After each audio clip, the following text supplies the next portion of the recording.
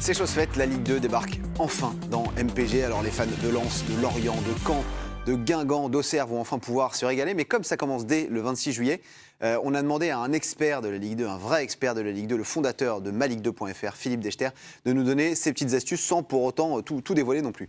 Salut Philippe. Salut Thomas. Merci d'être là, merci d'être avec nous. Est-ce que tu peux nous donner un peu tes quelques valeurs sûres, notamment en attaque, et des petits coups qui seraient malins à faire?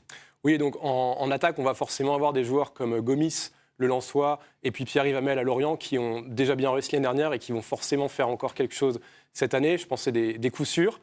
En pépite, j'ai envie de tenter Tino Kadewere, l'attaquant du Havre, qui, lui, pour le coup, est arrivé blessé. Il a joué une demi-saison, mais franchement, il a un profil très, très intéressant et je pense qu'il peut facile passer les 10 buts.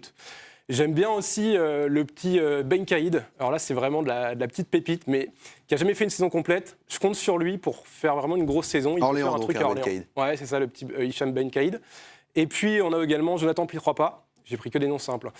Jonathan Pietroipa au Paris FC, qui va confirmer, je pense, qu'il a fait l'année dernière. Ouais. Et puis un petit conseil aussi à ceux qui jouaient MPG Ligue 1, de regarder les attaquants qui vont maintenant descendre en Ligue 2. Je pense à un Crivelli qui a fait une sale saison dégueulasse en Ligue 1 sur MPG que tout le monde déteste.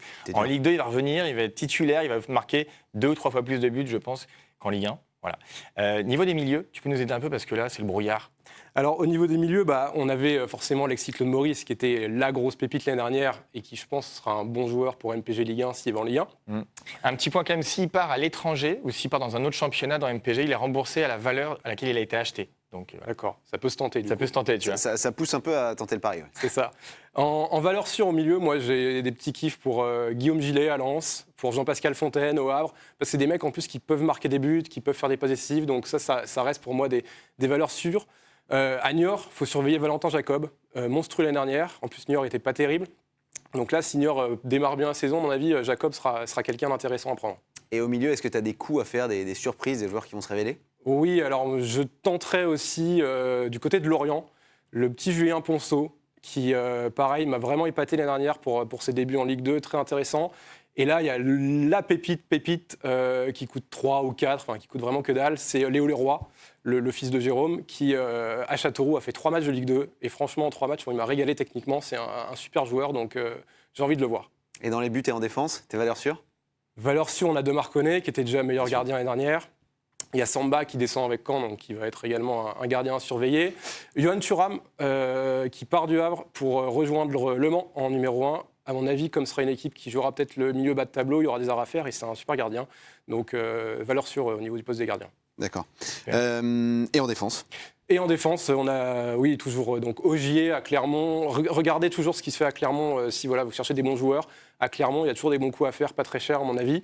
J'aime bien aussi Quentin Lequeuch, puisque sur MPG, on m'a bien expliqué, les arrières, il faut qu'ils marquent des buts, il faut qu'ils soient offensifs. Exactement. Voilà, donc moi je vous dis Quentin Lequeuch. De la tête sur corner ou du...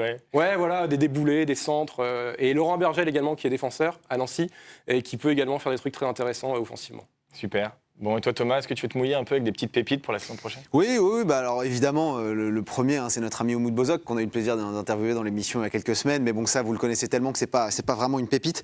Je pense qu'il faudra compter aussi sur une belle saison de Gaëtan Robaille, qui retourne à Lens, c'est son club formateur. L'année dernière, avec Valenciennes, il avait mis 10 buts et 6 passes décisives, et là, je pense que chez un candidat à la montée, il devrait avoir vraiment l'occasion de se montrer. Et enfin, ma petite pépite, un petit coup de cœur, je mettrais bien une pièce sur Vincent Thiel, le milieu luxembourgeois de 19 ans, qui vient d'être prêté par Metz à Orléans. Alors, on avait commencé à parler de lui quand il a fait son premier match en pro à 16 ans, grand espoir courtisé par des grosses écuries européennes. Il a mis un peu de temps à confirmer, bon, gardons en tête qu'il n'a quand même que 19 ans, et l'année dernière, à Pau, en national, il avait été élu révélation de la saison, 12 buts, 3 passes décisives, voilà, moi je pense qu'il est prêt à passer le cap. Pépite, quoi.